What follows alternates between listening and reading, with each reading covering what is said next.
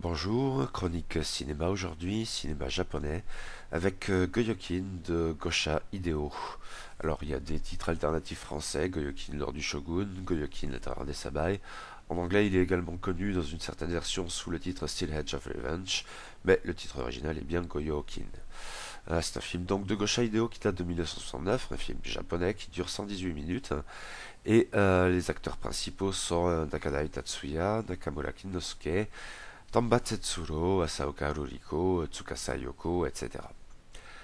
Goyokin est probablement le plus célèbre film de Gosha Hideo, réalisateur venu de la télévision et qui s'est longtemps surtout illustré dans le Jidaigeki, le film historique, plus précisément le Chambara, le film de sabre. En fait, ce film précisément est probablement un des plus grands sommets du genre et il serait tentant de le placer tout au sommet. Je dois m'en abstenir car mon inculture dans le domaine est terrible, mais oui, c'est tentant. C'est aussi un de ces films qui déconstruisent l'image classique du samouraï de manière plus ou moins ouvertement politique, en mettant en scène un homme isolé, là des hypocrisies de sa caste, et qui décide dans la douleur de les dénoncer, quitte à y laisser la vie. À cet égard, on ne peut qu'inscrire Goyokin dans la filiation d'un autre colossal Jidaigeki, mais pour le coup pas un Chambala, le splendide Harakiri de Kobayashi Masaki, en relevant bien sûr que dans les deux films, c'est le même acteur, l'immense Nakadai Tatsuya, qui incarne le héros, même si l'approche de l'idée même de héros diffère en définitive, et que Goyokin est un film tourné vers l'action et le divertissement, ce que n'est pas Harakiri. Mais si l'influence du western, notamment Spaghetti, est marquée, le chef opérateur Okazaki Kozo, dans de passionnants bonus du DVD, parle de western soba, le ton du film n'a pour le coup rien à voir avec les autres classiques du Shambhala un peu postérieurs que sont les outranciers Baby Cart. Nous sommes en gros vers la fin de l'époque d'Edo. Magobei, Nakadai Tatsuya, est un samouraï du clan Sabai, mais il l'a quitté après avoir participé bien malgré lui à une sale affaire, quand, à l'instigation de son ami et beau-frère Tatewaki Rokugo, Tamba Tetsuro, les hommes du clan ont détourné une cargaison d'or appartenant au shogun pour soulager les finances des Sabai, ce qui avait aussi impliqué de faire disparaître les témoins en massacrant tout un village de pauvres pêcheurs, dès lors dit enlevés par les dieux, toute trace du crime ayant été gommée. Et 3 ans plus tard, Rokugo compte remettre ça. Mais un de ses sbires commet alors une erreur, très invraisemblable avouons-le, en dépêchant des assassins à Edo où Magobei s'est retiré, survivante en faisant le saltimbanque, pour se débarrasser du samouraï renégat, de crainte qu'il ne parle. La boulette, car c'est ce qui fait réaliser à Magobei que le plan diabolique va de nouveau être appliqué. Et cette fois il ne laissera pas faire. Lui qui était prêt à vendre son sabre, ultime signe de déchéance du samouraï, décide de le mettre au service des pêcheurs, et plus largement des opprimés. Il reprend la route de sa terre natale et croise en chemin d'autres personnages hauts en couleur comme Fujimaki Samon, interprété par Nakamura Kinosuke. Le rôle devait être initialement tenu par Mifune Toshiro, mais il a quitté le tournage après quelques séquences en raison d'un différend avec Nakadai. Les deux grands acteurs s'étaient déjà régulièrement croisés, notamment dans des films de Kurosawa Akira, mais aussi de Kobayashi Masaki comme Rébellion. Donc je parlais de Fujimaki Samon, qui est un samouraï qui dit ne s'intéresser qu'à l'argent, et que nous devinons vite sous ses airs nonchalants être en fait un espion du shogun, ou encore Horiya, interprété par Asaoka Ruriko, seul rescapé du village enlevé par les dieux et devenu une courtisane et une voleuse. Au bout du chemin, cependant, c'est bien Rokugo qui attend Magobei, et les liens familiaux et encore moins claniques ne suffiront pas cette fois à empêcher que le sang ne coule entre eux. J'avais déjà vu Goyokin il y a une dizaine d'années de cela et j'en avais surtout retenu sa réalisation parfaite, bien servie par une photographie sublime d'Okazaki Kozo. Premier film japonais tourné en Panavision, Goyokin est d'une beauté plastique remarquable et bourré d'idées de réalisation, de montage, etc. qui, en bien d'autres cas, auraient pu être périlleuses, ainsi de l'usage habile du zoom au-delà du cadre toujours millimétré.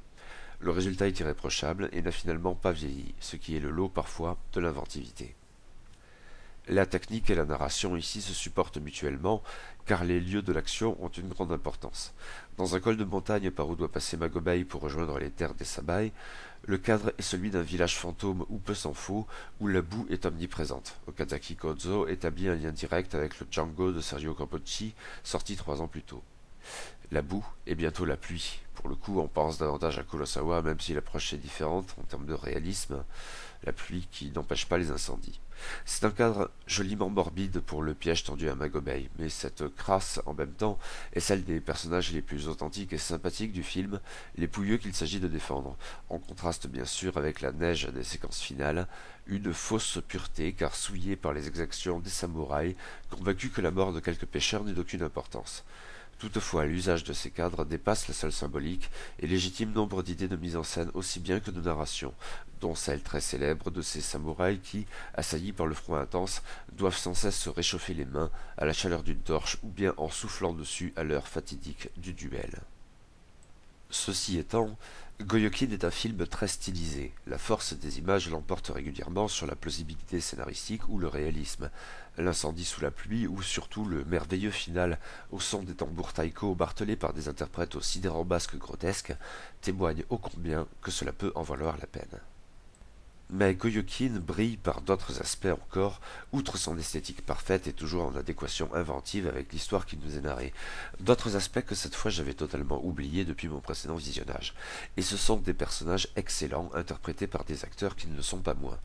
Ces personnages n'ont pas besoin d'être d'une originalité folle, ils ne sont pas à proprement parler épais, mais ce n'est pas le propos. Ils sont bien définis, bien dessinés, bien campés. Bien sûr, Magobei a le premier rôle. Le regard si particulier, hanté à l'extrême limite de la folie pure de Nakadai Tatsuya ne saurait laisser indifférent. L'acteur exprime tout naturellement cette sorte de charisme subverti par la torture, qui n'est sans doute pas pour rien dans mon appréciation du bonhomme, de ses rôles, de ses films. Mais le film brille peut-être surtout au regard des personnages secondaires. Bon. Tamba Tetsuro incarne certes un beau méchant, la personne de Rokugo, mais justement parce qu'il n'en fait pas des caisses. Nous savons que c'est un salaud à la lumière sombre de ses méfaits, mais le film ne va jamais souligner cet état de fait, même à l'heure de la confrontation avec Magobei, autrefois ami et toujours beau-frère. Foin des ricanements sardoniques, c'est sa dignité froide qui domine, et c'était sans doute le meilleur moyen de dénoncer en lui l'inhumanité des guerriers sans jamais trop en faire. Mais mes personnages fétiches sont ailleurs. Tout d'abord, Samon, l'agent du shogun joué par Nakamura Kinosuke. On peut certes tirer des plans sur la comète, se demander ce que le géant Mifune en aurait fait, mais en l'état c'est un très bon personnage et très joliment interprété, sur un mode faussement comique qui fait des merveilles. Ensuite, mais dans une égale mesure, en fait, j'ai adoré le personnage d'Olia, joué par Asaoka Ruriko, femme de mauvaise vie qui s'affaire bien autrement vertueuse et courageuse que bien des guerriers prêts à lui faire subir les pires avanies en raison de son sexe. Sa jeune beauté quelque peu teintée de vulgarité la rend à vrai dire bien plus humaine que celle, figée, glaciale de Tsukasa Yoko dans le rôle de Shino, tout à la fois l'épouse de Magobei et la sœur de Rokugo. Son maintien aristocratique, sa beauté canonique, dans Noircie incluse, sa soumission naturelle pourtant, en font un personnage nécessairement en retrait, délibérément sans doute car nous l'avions vu briller autrement dans Rébellion au titre éloquent.